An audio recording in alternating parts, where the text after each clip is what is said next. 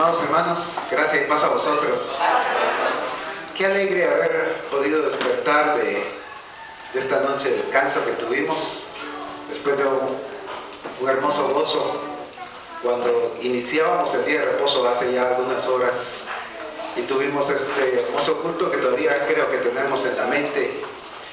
Yo quiero invitarles a que continuemos con ese gozo. Para quienes estuvieron anoche, pues sin duda alguna todavía lo recordamos, y para quienes no lo pudieron hacer, pues les invitamos a que se introduzcan en este deleite espiritual que iniciamos desde ayer por la tarde. Empezamos, hermanos, una escuela más. Siempre la Iglesia de Dios tiene la costumbre de realizar la escuela sabática por las mañanas, no solo en Guatemala, sino en muchos países lo hacemos.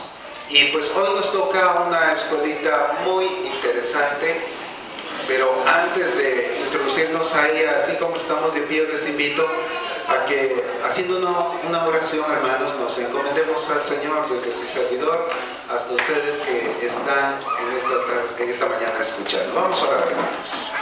Bendito Padre, nos corresponde ahora abrir tu palabra y meditar en relación a esta escuela que nos corresponde, la cual sin duda alguna nos dejará mucha enseñanza, mucha meditación.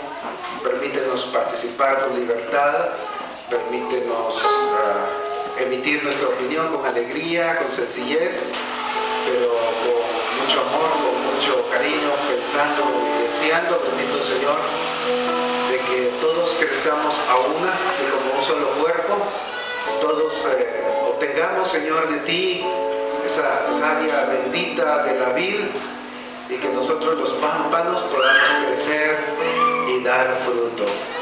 Sea la lección de esta mañana para meditación de lo que no debemos de hacer, lo que conviene, bendito Señor, que nos abstengamos.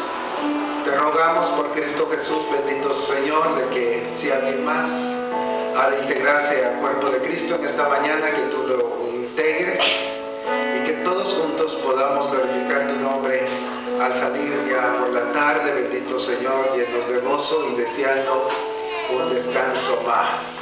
Bendito Señor, gracias por permitirnos entrar en tu reposo. Tu iglesia lo hace con alegría, lo hace con bendición. Te suplicamos, bendito Señor, por último, por los enfermos, por los que no pueden estar con nosotros, que tú les permitas, bendito Señor, en breve, poder acercarse, meditar, bendito Señor, con nosotros tu palabra.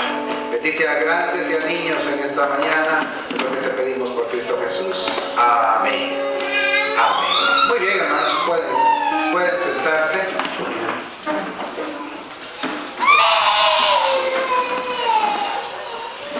Ya se cayó el niño, ahí está la mamá para auxiliar.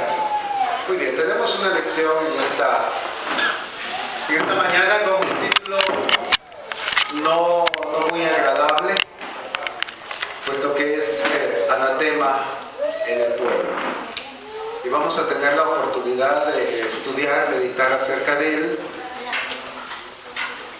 para que nosotros también estemos apercibidos, amonestados, advertidos acerca de lo que sucedió allá en Israel y que puede acontecer con nosotros.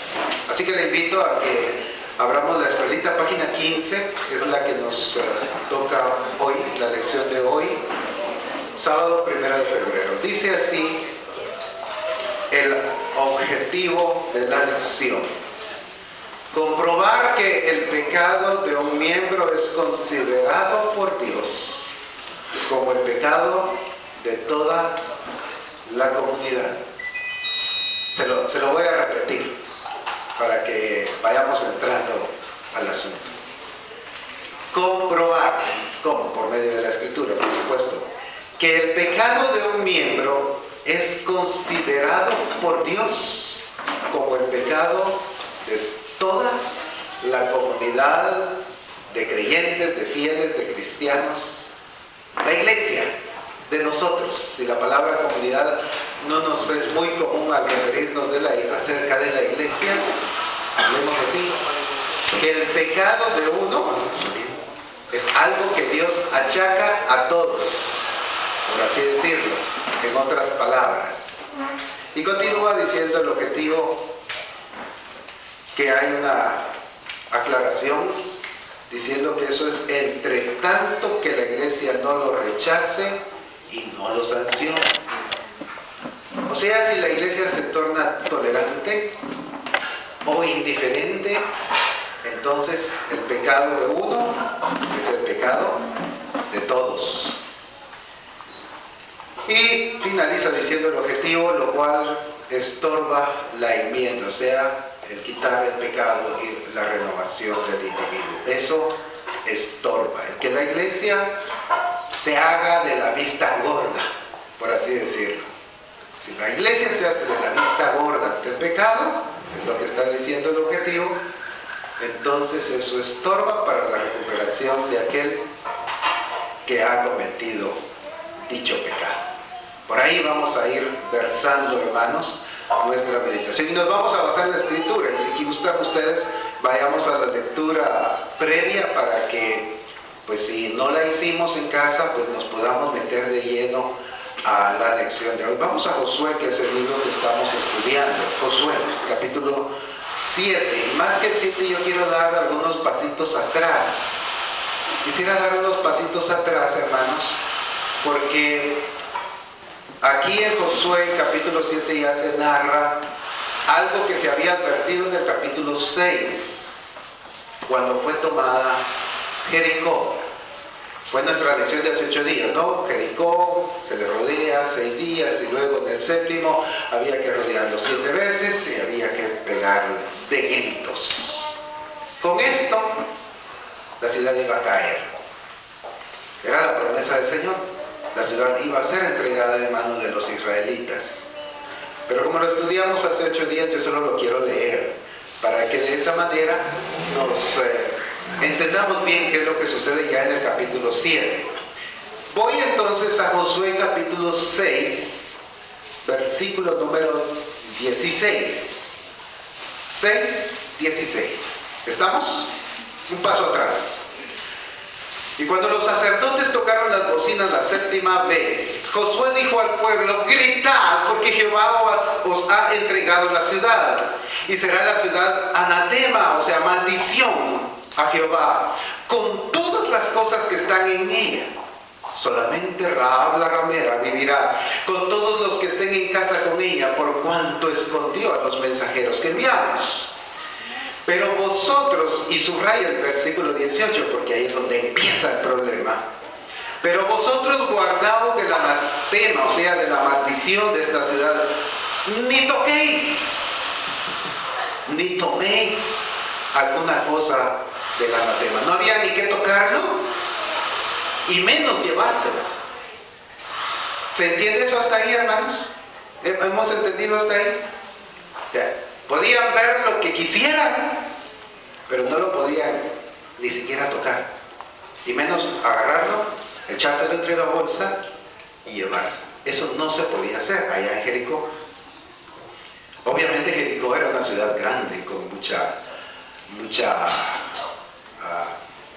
capacidad económica. Habían personas ahí que no tendrían poco en su casa, tendrían cosas realmente hermosas que llamarían la atención de los israelitas, pero la instrucción era no tocar.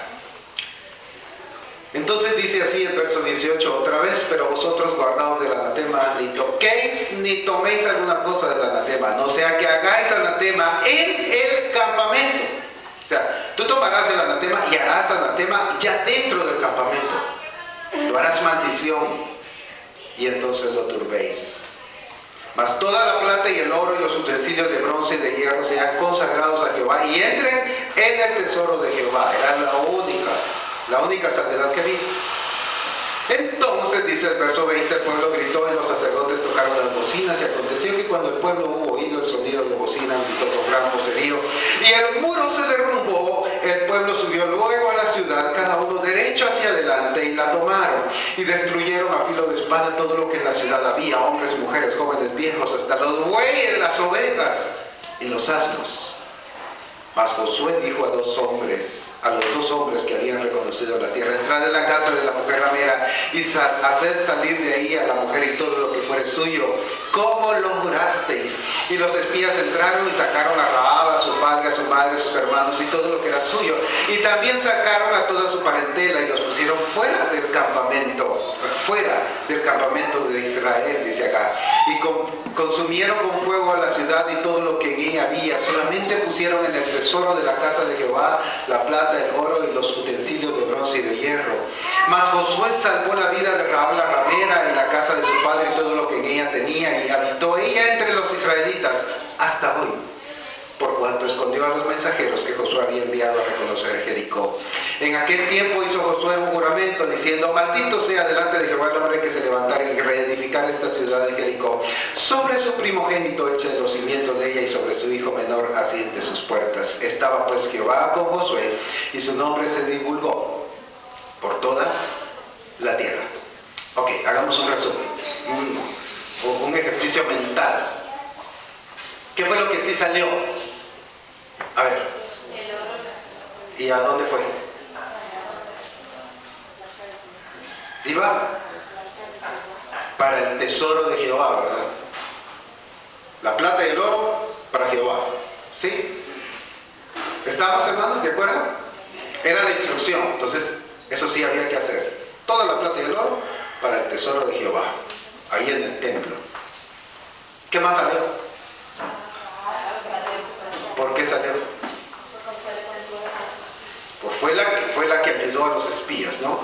Cuando ellos fueron a reconocer Jericó, entraron en la casa de ella los escondió, y con ello pues echó mano de la fe, fue agradable delante de Dios, y cuando fue tomada Jericó, todo lo que estaba en su casa se salvó. Ella, sus parientes, sus papás, sus hermanos. Entonces dos cosas se tenían que haber salvado de Jericó, y ahí todo lo demás era maldición. Y no había que tocarlo, no había que tomarlo tampoco, y menos llevarlo al campamento, porque entonces el campamento iba a ser maldición, como fue maldición Jericó. ¿Entendemos hasta ahí, hermanos? ¿Ya se enchufaron, hermanos? Los que acaban de venir, ¿ya se enchufaron? Ok, avancemos. Esto era la lección de hace 8 días. Ahora vayamos al capítulo 7, donde se da el problema.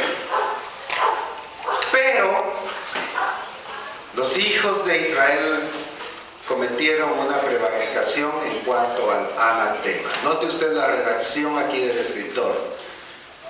Pero los hijos de Israel, o sea, todo el campamento. Porque Acán, y ahí sí ya menciona al personaje, Acán, hijo de Zera, de la tribu de Judá, tomó del anatema, y la ira de Jehová se encendió contra los hijos de Israel. Después envió Josué hombres desde Jericó a Jai, que estaba junto a Bet-Aben, hacia el oriente de Betel, y les habló diciendo: subid y reconocer la tierra. Y ellos subieron y reconocieron a Jai. Y volviendo a Josué le dijeron: no suba todo el pueblo, sino suban como 2,000 o 3,000 hombres, y tomarán a Jai. No fatigues a todo el pueblo yendo allí, porque son pocos.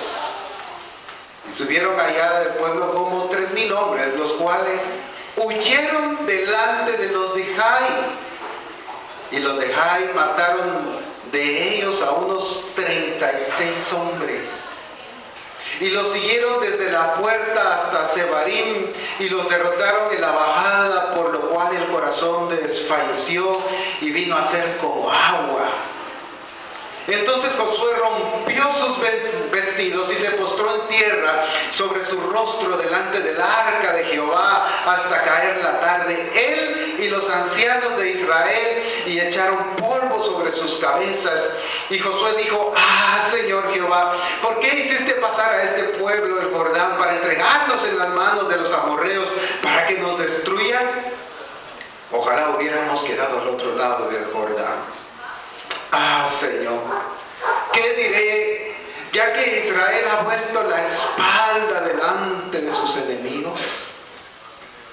Porque los cananeos y todos los moradores de la tierra oirán y nos rodearán y borrarán nuestro nombre de sobre la tierra. Y entonces, ¿qué harás tú a tu grande nombre? Y Jehová dijo a Josué: levántate. ¿Por qué te postras así sobre tu rostro? Israel ha pecado y aún han quebrantado mi pacto que yo les mandé, y también han tomado del anatema, hasta han hurtado, han mentido y aún lo han guardado entre sus enseres. Por esto los hijos de Israel no podrán hacer frente a sus enemigos, sino que delante de sus enemigos volverán la espalda, por cuanto han venido a ser anatema, o sea, maldición. Ni estaré más con vosotros, si no destruyeres el anatema de en medio de vosotros. Levántate, santifica al pueblo y di: santificaos para mañana. Porque Jehová, el Dios de Israel, dice así: anatema hay en medio de ti, Israel, no podrás hacer frente a tus enemigos hasta que hayas quitado el anatema de en medio de vosotros. Os acercaréis pues mañana por vuestras tribus, y la tribu que Jehová tomare se acercará por sus familias, y la familia que Jehová tomare se acercará por sus casas, y la casa que Jehová tomare se acercará por sus varones. Y el que fuere sorprendido en el anatema será quemado, él y todo lo que tiene, por cuanto ha quebrantado el pacto de Jehová y ha cometido maldad en Israel. Había entonces que llamar a las tribus. ¿Cuántas tribus eran, hermanos? 12, ¿verdad? ¿Sí? La tribu 1, 2, etcétera. La tribu 3, etcétera. La tribu 12. De la tribu que haya sido, de la tribu que hubiera pecado delante del Señor, ¿qué había que hacer después de esa tribu? Había que tomar, ¿qué cosa decía ahí? Sus familias. ¿Sí? A ver, leámoslo otra vez. Dice así aquí el versículo número 13, 14. Dice: y harás acercar a la tribu. De la tribu se acercará por sus familias y luego por sus casas. Había que tomar de cada tribu, todas las tribus de la que Jehová mandare. Si era esta tribu, había que llamar a sus familias. Aquí el Señor, dentro de estas familias, iba a escoger una familia de las muchas que pudieran haber en cada tribu. Luego, después de cada familia que iba a tomar, sus casas. Probablemente iban a haber más casas. Y de cada casa, ¿qué iba a hacer? Iba a tomar al varón responsable que haya salido de esa casa. ¿Estamos entendiendo hasta ahí, hermanos? El Señor iba a ir poco a poco eliminando culpables hasta llegar al que había turbado el campamento de Israel, aquel varón que había hecho esto. Muy bien. Os acercaréis pues, versículo 15.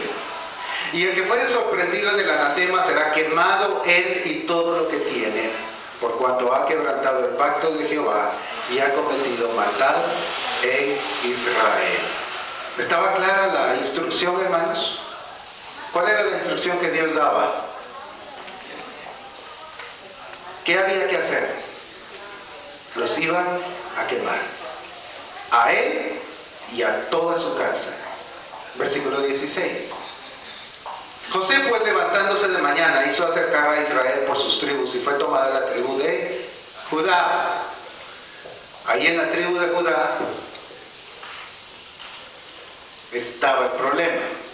De las 12 tribus, Rubén, Simeón, Isaacar, Zabulón, la que fue tomada fue Judá.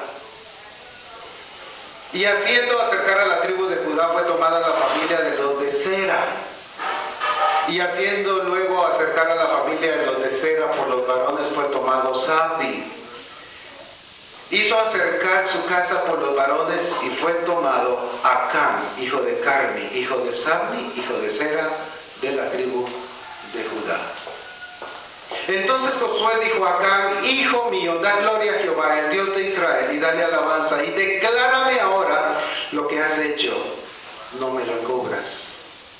Y Acán respondió a Josué diciendo: verdaderamente yo he pecado contra Jehová, el Dios de Israel, y así he hecho.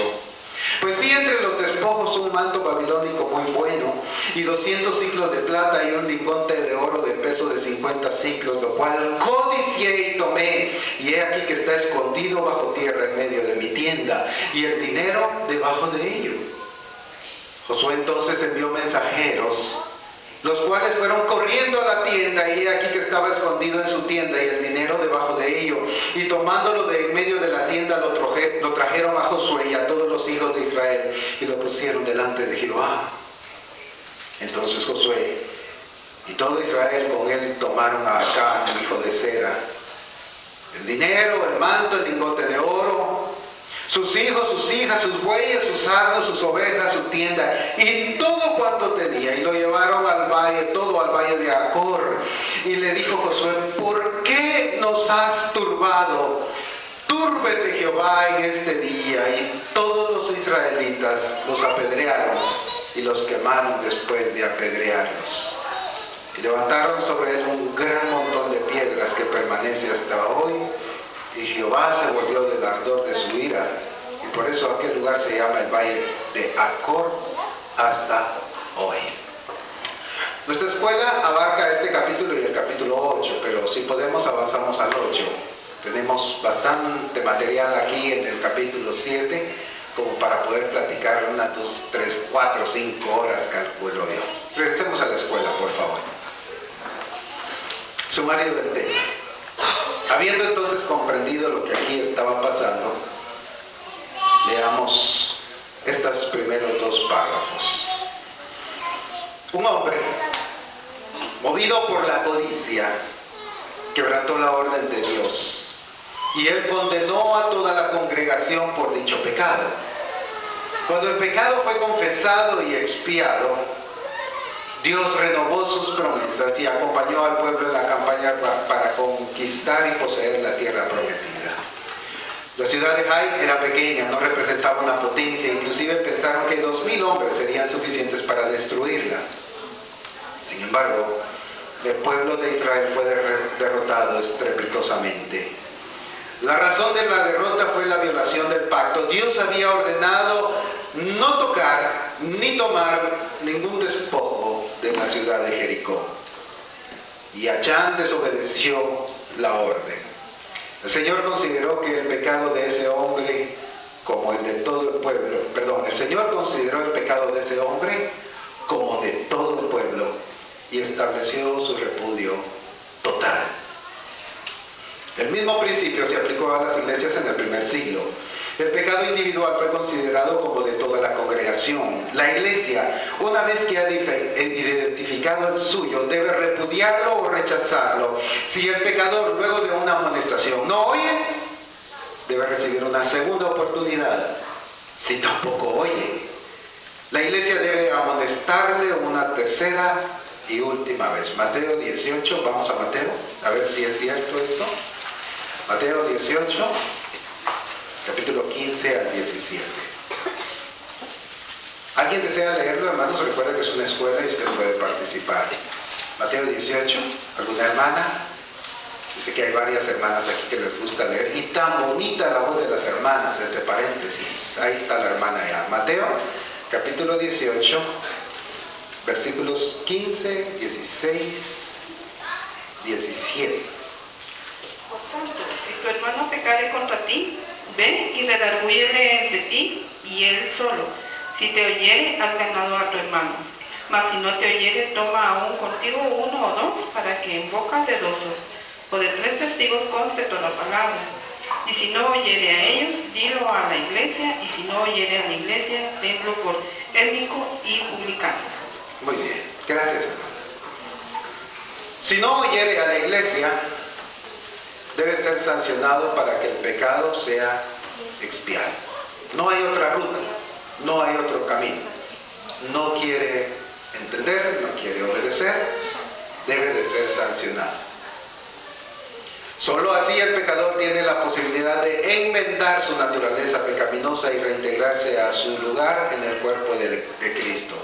La congregación entera recibirá entonces la aprobación divina. Una vez que Acán confesó su pecado y fue expiado, Dios perdonó a toda la congregación y la victoria sobre Jai no se hizo esperar. El episodio termina con una solemne ceremonia donde el pueblo tiene la oportunidad de renovar el pacto con Jehová. El pecado de un miembro es considerado por Dios como de toda la congregación. Si la iglesia no lo rechaza y por la misma disciplina lo enmienda. Solo así Dios nos perdona y renueva su promesa de acompañarnos hacia la tierra de promisión. Ese es en sí el tema para nosotros en esta mañana. Por supuesto, hay una serie de detalles que conviene ver, investigar, analizar y meditar en ellos. Pero en sí, este ejemplo que nos da acá y luego allá en la iglesia de Corinto, un muchacho, un joven, un varón que tenía a la esposa de su padre por mujer, nos permite comprender, hermanos, de que si la iglesia no actúa, Dios nos rechaza. Cuando nosotros sabemos que hay pecado latente dentro de la iglesia, no podemos quedarnos indiferentes. Ese es el punto. Si nosotros sabemos que hay pecado, no podemos quedarnos indiferentes. A ver, ¿qué opinan de eso, hermanos? ¿Alguien quiere opinar algo acerca de eso? Yo los miro a ustedes algo así preocupados, así como que se me quedan viendo, bueno, hermano, ¿y ahora para dónde agarramos? Serios algunos, que yo sé que son felices, pero los miro serios ahorita. ¿Les preocupa este asunto, hermanos? ¿Por qué? A ver, platiquemos, es una escuela, sin pena.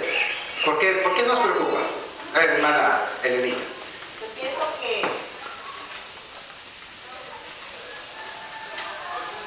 es bien difícil, hermano. Dentro de la iglesia es muy difícil porque si uno sabe algo y lo menciona o lo dice, dejemos de que uno es chismoso, pues eso no importa, porque son las cosas de Dios y para uno pues no importa eso, sino que a veces si es dentro de la iglesia y son familias grandes, y en eso es lo que uno, personalmente yo en eso pienso, el decir algo de repente que uno sabe y dice, bueno, ahí se va a enojar toda la iglesia y se van ellos y se va toda la familia, porque uno casi nunca acepta los errores de la familia, ¿verdad? Y si uno lo sabe, pero para decir uno, bueno, lo puedo comprobar y cómo lo hace, entonces yo pienso que muchas veces mejor calla uno. A mí, sinceramente, sí me da pena venir y decirle a usted, por ejemplo, fíjese que tal hermano está haciendo tal y tal cosa, a mí me da mucha pena. No había visto esto, que entonces uno resulta también así como dicen, echar y consentidor, ¿verdad? Pena por igual. Pero yo pienso que esto sí es bastante delicado dentro de la iglesia actualmente. Muy bien, muchas gracias, hermano. A ver, ¿alguien más desea opinar? ¿Alguien más desea comentar algo sobre esto? Si no, yo sí quisiera comentar. A ver, hermana Rosita, no, Blanca, perdón. Hermano, pues la misma palabra nos está dando la instrucción en Mateo, ¿verdad? Que dice que cuando veamos que un hermano comete un error, que lo llamemos a él solo, no hay necesidad de comentarlo rápido a toda la iglesia, porque lo vamos a hacer quedar mal y tal vez el hermano no va a entrar en razón y ya lo hicimos quedar mal ante toda la iglesia. Entonces ahí dice el Señor que lo llamemos a él solo y luego que llamemos a 2 o 3 testigos y que si a él no hace caso, pues entonces ya se involucre a la iglesia, porque la verdad es de que sí es bastante delicado de que alguien caiga en pecado y el Señor nos tome el pecado a todos sabiéndolo y no haciendo nada, ¿verdad? Porque para eso Él nos da instrucciones en la palabra para que todo nos salga bien y no sembremos discordia también entre los hermanos haciéndolos quedar mal, ¿verdad? Porque dice que el Señor no, en Proverbios, las personas que siembran discordia. Lo estoy parafraseando, ¿verdad? Sí, hermano. Muy bien, gracias hermana Blanquita, muy bien. Bueno, ¿solo las mujeres se van a animar a comentar hoy en la mañana? ¿Algún varón? A ver, hermana Orfa. Hermana Orfa levantó la mano, ella quiere hablar. A ver, platiquemos del asunto. Pues una simple opinión también, ¿verdad? Yo diría de que así como el amor de Dios nos une, ¿verdad? Entonces estar en las buenas y en las malas con nuestro hermano, porque incluso hasta nosotros mismos, ¿verdad? Podemos caer o podemos fallar, ¿verdad? Entonces, como decimos, en las buenas y en las malas, pues estar unidos y sobre todo orarle al Señor, ¿verdad? Y restaurar al hermano por medio de nuestras oraciones. Muy bien, muchas gracias. ¿Alguien más? A ver, un varón ahora, hermano Carlitos, por favor. ¿Les preocupó el principio básico de la escuela hoy? Porque sí, el principio es ese, hermanos. El pecado de una persona lo carga toda la iglesia si nosotros callamos sabiendo que hay pecado. Por favor, hermano. El asunto aquí, hermanos, es de que la escritura, con respecto a lo que dicen mi hermana Orfa, mi hermana Elena y mi hermana Blanquita, es de que ahí hay principios bíblicos, hermano. Cuando nosotros vamos al libro de Levítico, el Señor ya le había dado una instrucción, algo parecido al pueblo de Israel. De hecho, les dijo, no aborrecerás de todo corazón a vuestro prójimo, les dijo el Señor. Antes bien meditarás con él para no participar de su pecado. O sea, ahí ya tenemos un principio del Señor, no lo debes de aborrecer, pero tampoco te vas a volver participante del hecho de tu hermano. Hace unos años nosotros vivimos un caso así, fuertemente aquí en Guajitos, y en un momento se llegó a pensar que la iglesia fue la que echó a los hermanos que se resultaron yendo, pero no era que se les haya echado, simple y sencillamente la iglesia no pudo participar del pecado de los hermanos, la rebeldía en contra de nuestras autoridades. Entonces aquí lo que nos quiere hacer ver es de que tenemos la oportunidad, como bien decía su hermana Blanca, y lo dice el apóstol Pablo allá en la carta a los Gálatas en su capítulo 6, si vemos a un hermano nuestro cometer algún pecado, pues con espíritu de mansedumbre, dice él, ¿verdad? Hagámosle ver su error, recordándonos y considerándonos a nosotros mismos, no vaya a ser que nosotros también caigamos en tal falta. Eso es lo que nos enseña la Escritura. Lógicamente no podemos consentir el hecho de algún hermano, aunque como dijo nuestra hermana Elena, a veces da pena, hermano, porque en algunos casos yo he tenido la oportunidad de hablar con alguien y le digo, ¿y qué piensa tu familia? Dios no me tiene que decir nada a mí, ¿no? Es mi vida y yo puedo hacer lo que yo quiera con ella. Entonces uno llega a entender, bueno, así se siente bien, así se siente tranquilo, pero la Escritura nos manda que debemos de hablar y hacer bien. Gracias, hermano Carlitos.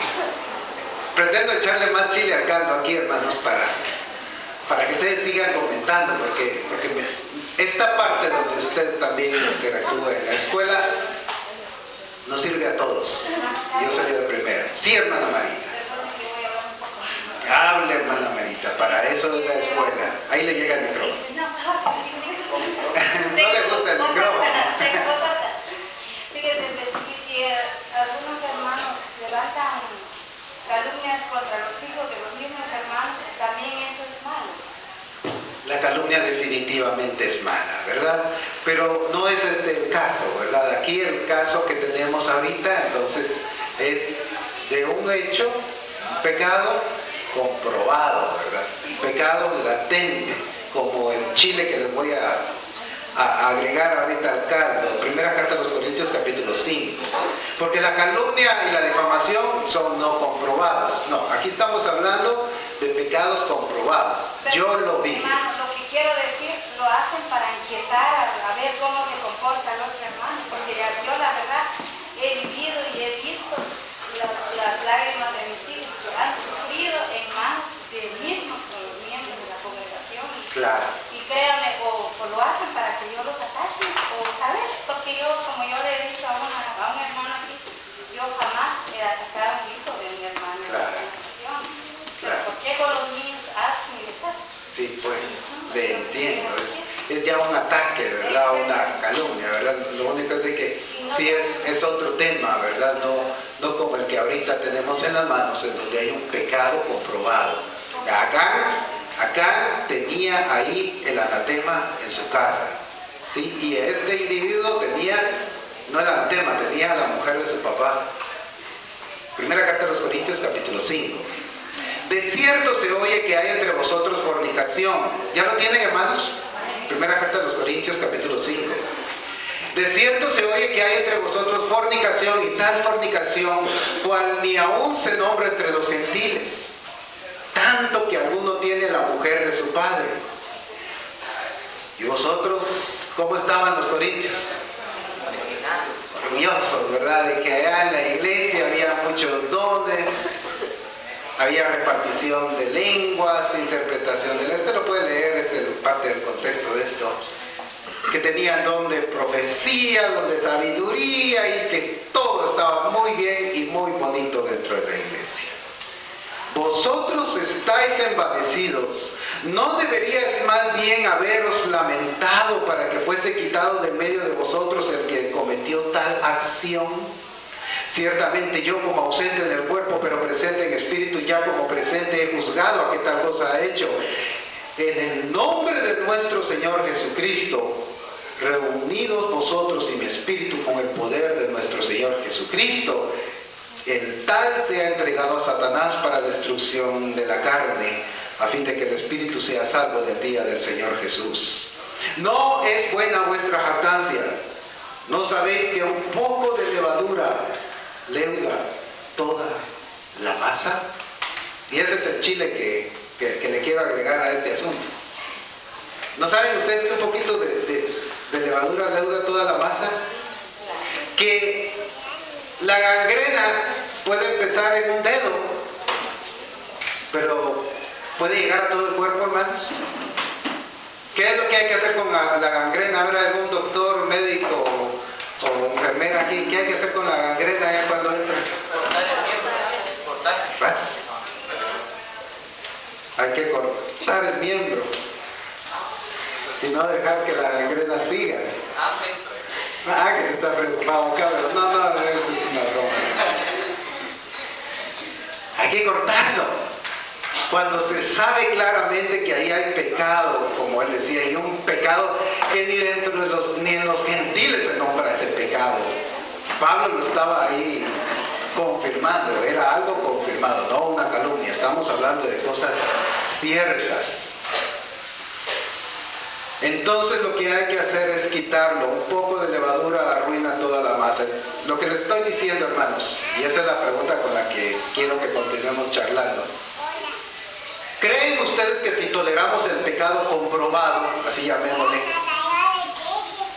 si toleramos el pecado comprobado, eso nos va a contaminar a los demás? Y los demás podemos decir, bueno, si a fulano, ahí está, no hay problema, predicó hoy en la mañana. ¿Eso no contamina o sí contamina? A ver, ¿por qué? ¿Qué piensan ustedes? A ver, hermano Carlitos. Ahí está el micrófono. Nuevamente, refiriéndonos a las escrituras, el profeta Oseas dice que el pueblo será como el sacerdote, y así mismo lo confirma el profeta Isaías. El asunto es de que cuando nosotros de repente lo tomamos desde esa perspectiva, y quiero tomar un ejemplo típico del trabajo material. Uno de nuestros compañeros entra tarde todos los días, y el jefe no lo ha visto, y ninguno de los trabajadores dice nada. Resulta que como él viene tarde y no le dicen nada, entonces uno dice, bueno, no le dicen nada, pues yo también voy a entrar tarde, ¿no? Y empieza a entrar tarde, y bueno, el resto va, pues no les dicen nada, que entran tarde, entremos todos tarde. Es un asunto así de asimilación psicológica, ¿verdad? Si él está así y no le dicen nada, pues no hay problema en vivir entonces de otra manera, ¿verdad? Claro. Yo me imagino que por eso la referencia de los profetas, cuando decía el pueblo será como tal, aquel, ¿verdad? Sacerdote o profeta. Muy bien, muchas gracias, hermano Carlitos. ¿Alguien más? A ver, hermana Elenita. Dice acá el escritor, no es buena vuestra jactancia. ¿No sabéis que un poco de levadura leuda toda la masa? A ver, hermano. Hermano, yo una pregunta. A mí esto me sigue preocupando. Fíjese, hermano, que a mí se me acercan a veces hermanos y hermanas a contarme problemas serios de la congregación, de miembros de la iglesia. Problemas que yo los escucho y me da miedo oír lo que está pasando. Claro. Pero de la misma forma, ellos mismos me dicen que no vaya a salir. Solo usted lo sabe. Y yo lo sé. Y yo miro a veces los hermanos y digo, Dios mío, y yo lo que hago es orar por ellos, pero yo a mi esposo no se lo comento ni se lo voy a comentar, aunque yo estoy entendiendo que hay que decirlo. Yo no sé si estoy mal, pero yo pienso que si yo un día digo una cosa de esas, es bien difícil acá en la iglesia lo que puede pasar. Muy bien, muchas gracias, hermano. A ver, ¿qué opinan de eso, hermanos? ¿Ya vieron que sí le agregamos más chile al caldo? Esta sí ya está bien picosa el caldo. Pues la hermana dice que le cuentan, pero de una vez le hacen la llave ahí. No voy a contar nada. Y la dejan ahí ya bien torturada. Podemos caer precisamente ahí en la calumnia para contestarle a la hermana, ¿verdad? Por la pregunta que hizo. Y uniéndolo a lo que la hermana también comentaba. Estamos hablando de pecados comprobados que usted ve, lo que usted ve, usted que está viendo, usted que sabe. Si usted lo sabe, usted es responsable. Ahora, si se lo está contando a alguien más que además de eso le hace la llave, pues mejor dígale, mejor no me cuente nada. Mejor no me cuente nada. Ahora, si usted quiere que esto se resuelva y usted da fe, pues vayamos con el pastor y cuéntele al pastor. ¿Cuál es el mecanismo de acá de Mateo? Revisemos el mecanismo de Mateo. ¿Qué capítulo era? Muy bien. No se le olvide. Mateo 18:15, estimado alumno. Mateo 18:15. Aquella persona que llegó con la hermana, en vez de llegar con la hermana y seguirlo divulgando y hacerle la llave a todos los que pueda, lo que debe de hacer es esto. Y esa es la orientación que debe de darle a quien se le acerque, hermana Elenita. Dice así: si tu hermano peca contra ti, ve y repréndele estando él, tú y él solos. ¿Está claro ahí el procedimiento? Ok, entonces, hermana Elenita, cuando alguien se le acerque, dígale, mira, ve tú y él y repréndele estando solos. Porque miren, hermanos, y ahora sí vamos a empezar a desenmarañar este asunto, a tomarnos el caldo. Miren, hermanos, nosotros lo que pretendemos es restaurar al pecador. Yo les pregunto, hermanos, en esta semana que ha pasado, ¿no hemos pensado mal de alguien? ¿No hemos fallado con alguna mentira? ¿No hemos dicho algo incorrecto? ¿Alguien pasó sin pecados esta semana, hermanos? Que levante la mano. El que esté libre de pecado, dijo Jesús, que debía hacer. Y lo estaba diciendo delante de hombres religiosos, hermanos. Delante de hombres religiosos, piadosos, que buscaban a Dios desde chiquititititos, sabían las leyes, hermanos. Y aún así, hermanos, ellos agarraron y tiraron la piedra, porque ya la tenían en la mano. La piedra ya la tenían en la mano. Entonces, para desenmarañar el asunto, hermanos, todos cometemos pecado. El hermano diácono lo decía hace un rato. Ahora vayamos a Gálatas, unámoslo con Gálatas capítulo 6, versículo 1, y busquemos el objetivo principal de este negocio. ¿Por qué se da el principio de que el pecado debe de todos? ¿Por qué? Gálatas 6:1. Hermanos, si alguno fuere sorprendido en alguna falta, y a todos hoy nos hemos confesado en eso, vosotros que sois espirituales, restauradle. ¿Qué es restaurar, hermanos? A ver, mi esposa quiere opinar qué es restaurar. A ver, ahí le va a llegar el micrófono. ¿Qué es restaurar, hermanos? reparar lo que está dañado. Ajá. O sea, una pared está descascarada, volverla, taparle los oídos, Muy bien. levantarlo. Gracias. Eso es restaurar. Y a ver de este lado, ¿qué es destruir? ¿Qué es destruir? Terminarlo de destruir. Tirar la pared que ella quería restaurar, ¿verdad? Borlarla del tajo, sacarle los cimientos y aquí no hubo pared.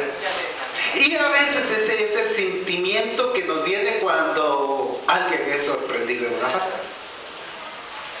Entonces la razón por la cual el Señor deja el principio que el pecado de uno es de todos, cuando lo sabemos, cuando lo comprobamos, cuando nosotros lo vimos, no calumnias, cuando estamos en esa condición, es de que esta persona se restaure. Si las personas que llegan a ti y te dicen, mira, te voy a contar tal cosa, quieren que la otra persona se restaure, que vaya con esa persona. Como dice acá Mateo capítulo 18, versículo 15, que vaya y que le hable estando tú y él solos, porque el objetivo no es ni avergonzarlo delante de toda la iglesia, ni destruirlo, menos destruirlo. La idea es restaurarlo. Decirle, mira hermana, yo soy igual que usted, yo también he cometido ese error. Pero el Señor me levantó y ya no lo hago más. Ahora yo vengo y ya no actúo así. Y entonces dice acá Mateo, regresemos a Mateo. Mateo capítulo número 18. Entonces dice el Señor, Mateo capítulo 18, en su segunda parte del versículo que teníamos en consideración, y si te oyere, has ganado a tu hermano. ¿Cuántos quieren ganar a su hermano? ¿Cuántos quieren destruir a su hermano? No, ¿verdad? No es de eso de lo que se trata. No era ya en la época de Josué. No era en la época de los corintios tampoco. No se trataba de eso. Se trataba de restaurarlo. De hecho, se trata de restaurarlo. Que cada uno de nosotros tengamos esa visión espiritual de que nosotros debemos de restaurarle a él, así como dice Gálatas, que siendo espirituales debemos de buscar no su destrucción, sino su restauración. Y continúa diciendo, antes de darle tiempo a nuestro hermano Alfonso que desea opinar en relación a este punto, continúa diciendo, vosotros que sois espirituales, restauradle con espíritu de mansedumbre, no le vaya a ir a pegarle gritos, regaños y golpes, no. Vaya con amor y dígale, mira, lo que estás haciendo está mal. Vas por mal camino. Eso no es lo que se hace. Y si te escucha, has ganado a tu hermano. Considerándote a ti mismo. Como les digo, pues, tal vez también uno, como decimos, ya metió la pata con eso, ¿verdad? Dice, bueno, a mí ya me pasó. Ojalá que el hermano salga de esa condición. Considerándote a ti mismo, no sea que tú también seas tentado, sobrellevad los unos las cargas de los otros y cumplid así la ley de Cristo. Hermano Alfonso. Sí, hermano, yo pienso que este tema es profundo, mi hermano. Fíjese, incluso debería ser parte de las clases, las bautismales y de obreros, porque decía el hermano, la hermana Lenita ya que le comenta mucho, y eso es clásico en la iglesia, hermano. Cuando una persona se acerca a uno a decirle algo, no lo está haciendo con el ánimo de restaurar, lo está haciendo como un chiste. Le dice, mira, ya te diste cuenta de esta cosa. Ahorita estamos viendo las reglas. La regla sería, si yo vi algo, lo primero que tengo que hacer es quedarme callado. E ir con mi escritura, con el hermano, llamarlo y como decía usted, con el ánimo de restaurarlo, hablarle, decirle lo que está haciendo y decirle, hermano, lo que usted está haciendo no está bueno y todo. Pero si el hermano empieza a actuar con soberbia y con todo, tengo el siguiente paso. Puedo convocar a mis hermanos obreros, por supuesto, tengo que ver a quiénes. Decirle, hermano, vamos a ir a hacer una visita al hermano porque yo vi y me consta que el hermano cometió tal pecado. Y si todavía sobre eso el hermano mantiene su postura, no se arrepiente, pues está el siguiente paso, ¿verdad? Ya declararlo a la iglesia. Y a él ya no me haga considerar un chismoso, porque él ya sabe que ya fuimos 2 veces. El problema está de que lo comentamos, como se dice por ahí en los corredores, ¿verdad? De que yo se lo digo al hermano y tal. Ahí no hay restauración en ningún momento. Ahí lo que estamos haciendo es destruir a la persona, porque no cumplimos con el primer paso. Entonces yo pienso que nosotros como iglesia tenemos que aprender eso. Si alguien se me acerca a mí y me viene a contar de que la hermana tal está haciendo tal cosa o el hermano tal, lo que tengo que hacer inmediatamente es rechazarlo, porque está obviando el primer paso. Tengo que decirle, hermano, vaya usted, háblele. ¿Ya le habló? No, entonces hágalo. No me lo cuente a mí, porque yo no voy a ir al lugar suyo, porque la escritura es bien clara. Entonces como iglesia tenemos que entender eso, ¿verdad? De que se van a dar problemas, faltas, se van a dar porque somos humanos, se han dado. Pero el problema está que nosotros empezamos a destruir la persona, ¿verdad? Y por eso es que las familias se van, porque nuestra postura no puede restaurar, sino destruir. Pero si lo hacemos como dijo Jesucristo, en ningún momento estamos destruyendo, sino que estamos restaurando solamente. Gracias, hermano Alfonso. Aquí la hermana Yesenia tiene también una participación. Ahora yo quiero sacar de lo que el hermano dice algo. Por eso, por lo que él acaba de decir en relación a lo que nos llega a nuestros oídos, lo que nos dice, y cómo deberíamos de hacerlo y no cómo se hace, es por eso que la murmuración es pecado. Porque Dios está dejando aquí cómo debemos de resolver cualquier situación que haya. ¿Cuál es? Yo que lo vi, voy, lo hablo. Si no hago eso, sino que lo empiezo a contar y además hacer la llave, no le vaya a decir a nadie, eso es murmuración. Hermana Yesenia. Gracias, hermano. Pues sí, es un tema muy delicado, hermanos, para toda la iglesia, ¿verdad? Pero yo quiero partir de un punto importante. Yo pienso que como humanos, primeramente, como hermanos, porque no porque estemos en la congregación somos perfectos, sino que vamos buscando el camino. Entonces todos estamos propensos a eso, pienso yo, ¿verdad? No es de que digamos, el problema es de que muchas veces lo primero que hacemos es juzgar al prójimo y no nos detenemos a pensar que nosotros vamos también en el camino. Entonces, la Biblia, Dios nos manda a restaurar, primeramente, no a juzgar. Y el primer error está en que lo primero que hacemos es juzgar. Y Dios dice que el único que juzga es Él. Nosotros no tenemos el derecho de juzgar a nadie, porque somos humanos y tarde o temprano, que Dios nos guarde, ¿verdad? Porque yo lo segundo que pienso es de que si queremos guardarnos de ello, debemos acercarnos a Dios mucho, hermano. Y pedirle a Él que sea Él el que guíe nuestra vida. Que vengamos a la iglesia a escuchar, a aprender y que vengamos a hacer lo que tenemos que hacer, que no nos desviemos en el camino. Que seamos más espirituales en lugar de ser carnales. Porque eso es lo que sucede, de que venimos y muchas veces no es juzgar a nadie, pero yo lo he visto, ¿verdad? Venimos a hacer otras cosas que no son las que tenemos que venir a hacer a la iglesia. Entonces, si podemos estar aquí, démosle gracias a Dios primeramente que nos da la oportunidad. Y segundo, yo pienso que si vamos a venir a escuchar, a leer, a aprender, para practicar después lo que hemos escuchado, que Dios nos guarde de todo, ¿verdad? Pero mi consejo, hermanos, es que nos centremos en la palabra de Dios. Que vengamos a aprender y que vengamos a hacer lo que debemos venir a hacer a la iglesia, ¿verdad? Que le pidamos a Dios, sobre todo, que nos guarde de todo mal, como decimos cuando le pedimos a Él todos los días, de todo peligro y de toda tentación, porque todos estamos expuestos tarde o temprano a eso. Pero que sea Él y que nos agarremos de Él fuertemente para que este problema se termine, ¿verdad? Porque media vez nosotros pensemos con la carne, esto no va a funcionar. Tenemos que ser más espirituales, ayunar, pienso yo, orar y pedirle a Dios que Él sea el que guarde a la iglesia de todos estos puntos. Gracias. Muy bien, gracias, hermana. Hacer una revisión de cómo estamos actuando, es lo que la hermana está diciendo, la hermana Yesenia está diciendo. Anoche hablábamos precisamente de eso, ¿verdad? No sé si los que estuvieron lo recuerdan.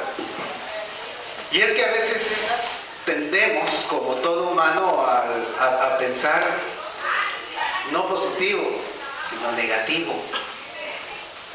A prejuzgar, decía la hermana. Como que fuéramos nosotros parte de la Gestapo, ¿verdad? De la CIA, no sé.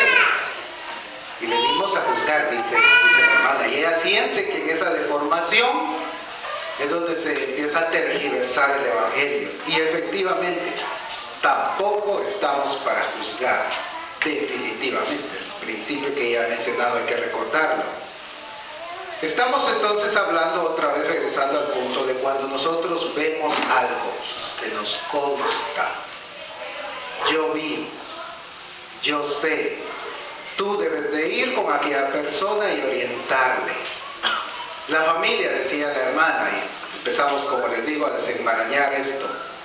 La familia muy probablemente, si no es madura y comprende que tu objetivo es de restauración de aquella persona, probablemente la familia se enoje contigo, se peleen, te hagan más alboroto todavía. Pero para eso es esta lección precisamente, para que todos escuchemos y que como familia también, si nuestro hijo, nuestro hermano, nuestra esposa está pecando, nosotros deberíamos de ser los primeros en hablarle, ¿no les parece?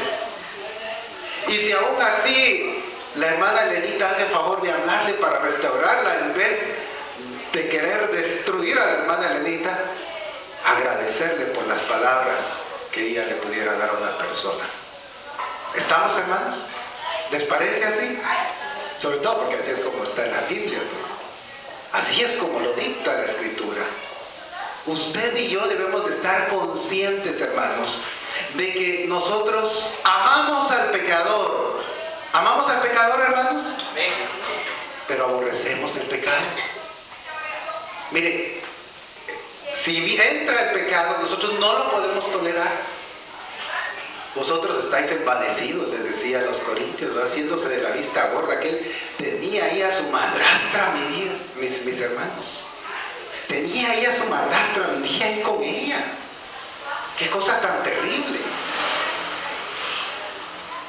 ¿Cómo podía hacer eso? No terminamos de leer Corintios, pero leámoslo. Otra vez regresemos a la primera carta a los Corintios, capítulo número 5, versículo número 7, creo que ahí nos habíamos quedado. Habíamos hablado de la masa, de la levadura. Así que nos tocaba el versículo 7. Limpiaos pues de la vieja levadura para que seáis nueva masa sin levadura como sois. Porque nuestra Pascua, que es Cristo, ya fue sacrificada por nosotros. Así que celebremos la fiesta no con la vieja levadura ni con la levadura de malicia y de maldad, sino con panes sin levadura, de sinceridad y de verdad. Ellos no estaban siendo sinceros. Ellos no estaban siendo verdaderos. Ellos tenían que llegar a la persona y serle sincero. Mira, yo he visto esto. Yo te lo digo porque te amo. Hay que ser verdaderos, no con máscaras, no.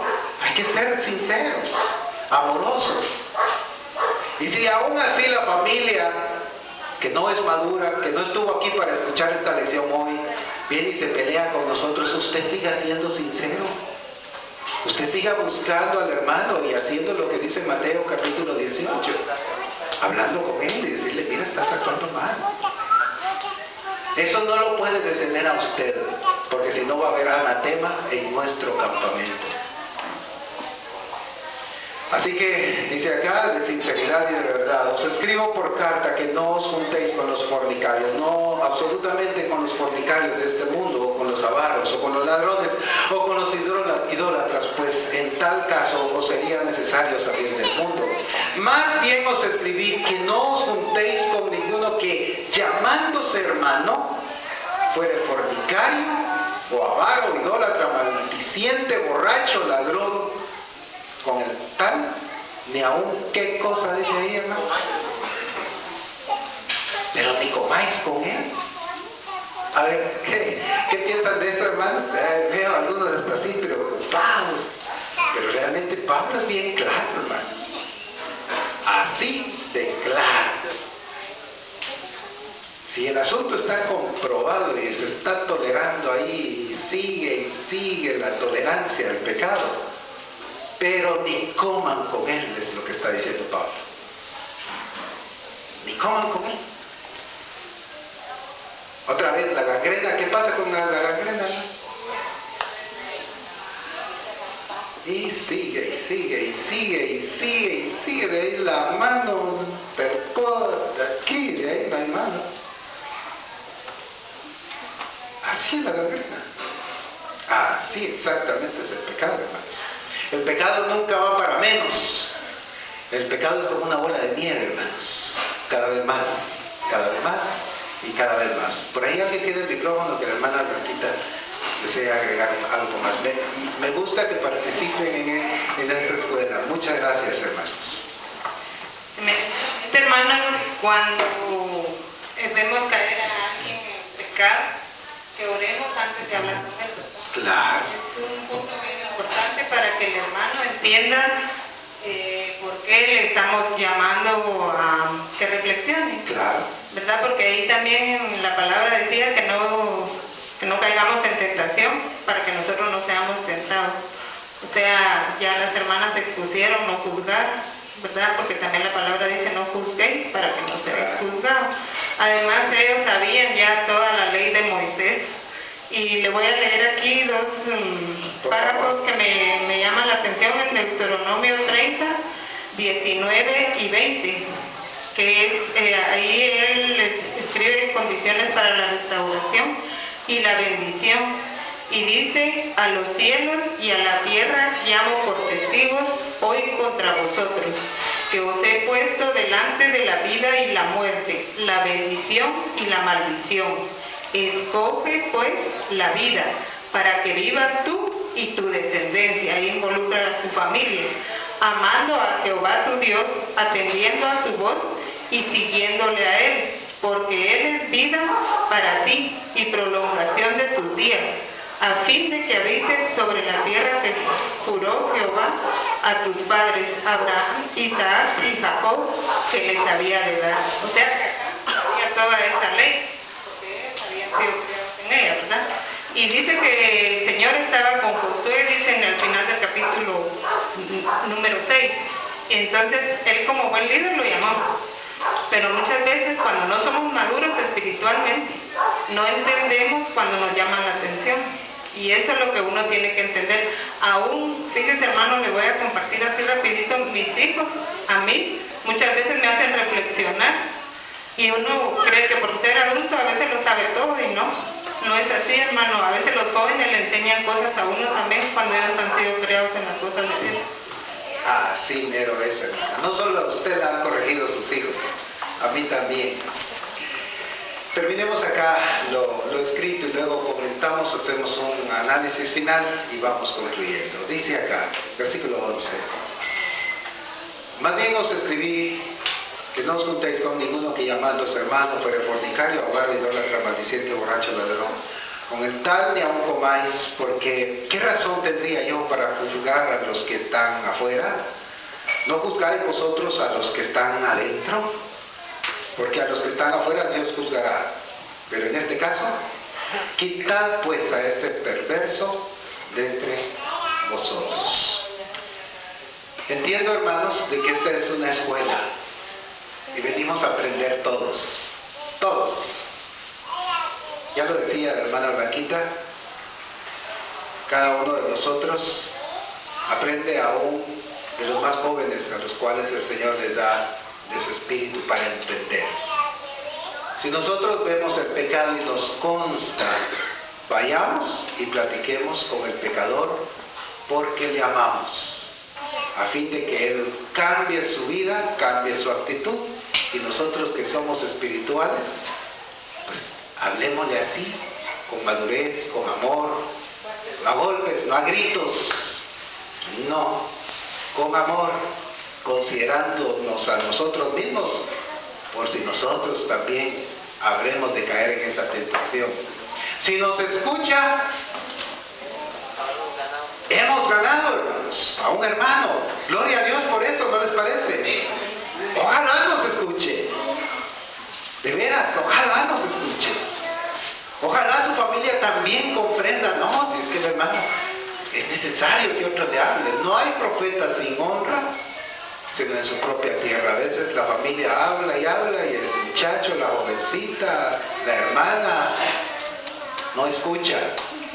Pero llega un extraño que le dice las mismitas palabras y a él sí lo escucha. Probablemente Dios nos está utilizando para ello, como parte de la iglesia, y porque Él es parte del cuerpo de Cristo. Y si se está encangrenando, lo que le puede pasar es que lo vamos a tener que cortar del cuerpo. Y no solo cómo cuesta que el cuerpo vaya creciendo, ¿verdad? Y traer almas a Cristo, y más que se integre pelo, uñas, ojos, dedos, para tener que cortar un dedo. Pero si es necesario y aquel no escucha, y su familia también se niega a escuchar, por el contrario también se rebela y empieza a pelear, no, es que usted también, júzguese usted, y empieza un montón de cosas que inclusive me han dicho.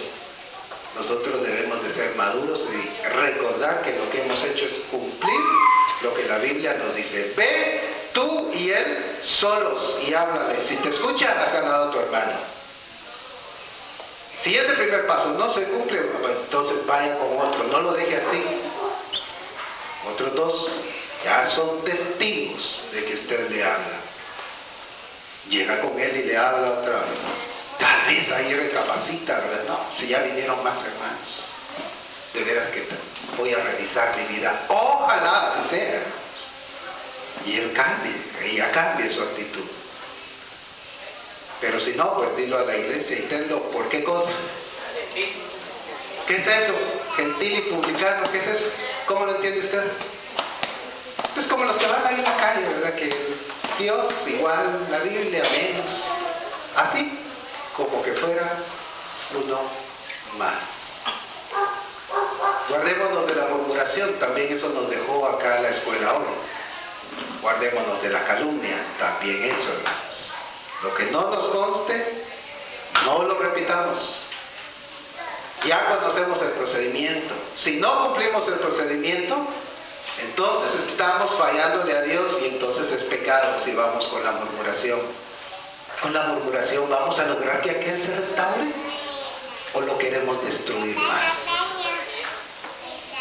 Responda usted. Por eso la murmuración es pecado. Si usted sabe algo, ha visto algo, vaya usted y su hermano juntos, solos, y háblele. Nunca a otras personas, y menos diciéndole, pero no le vaya a contar a nadie.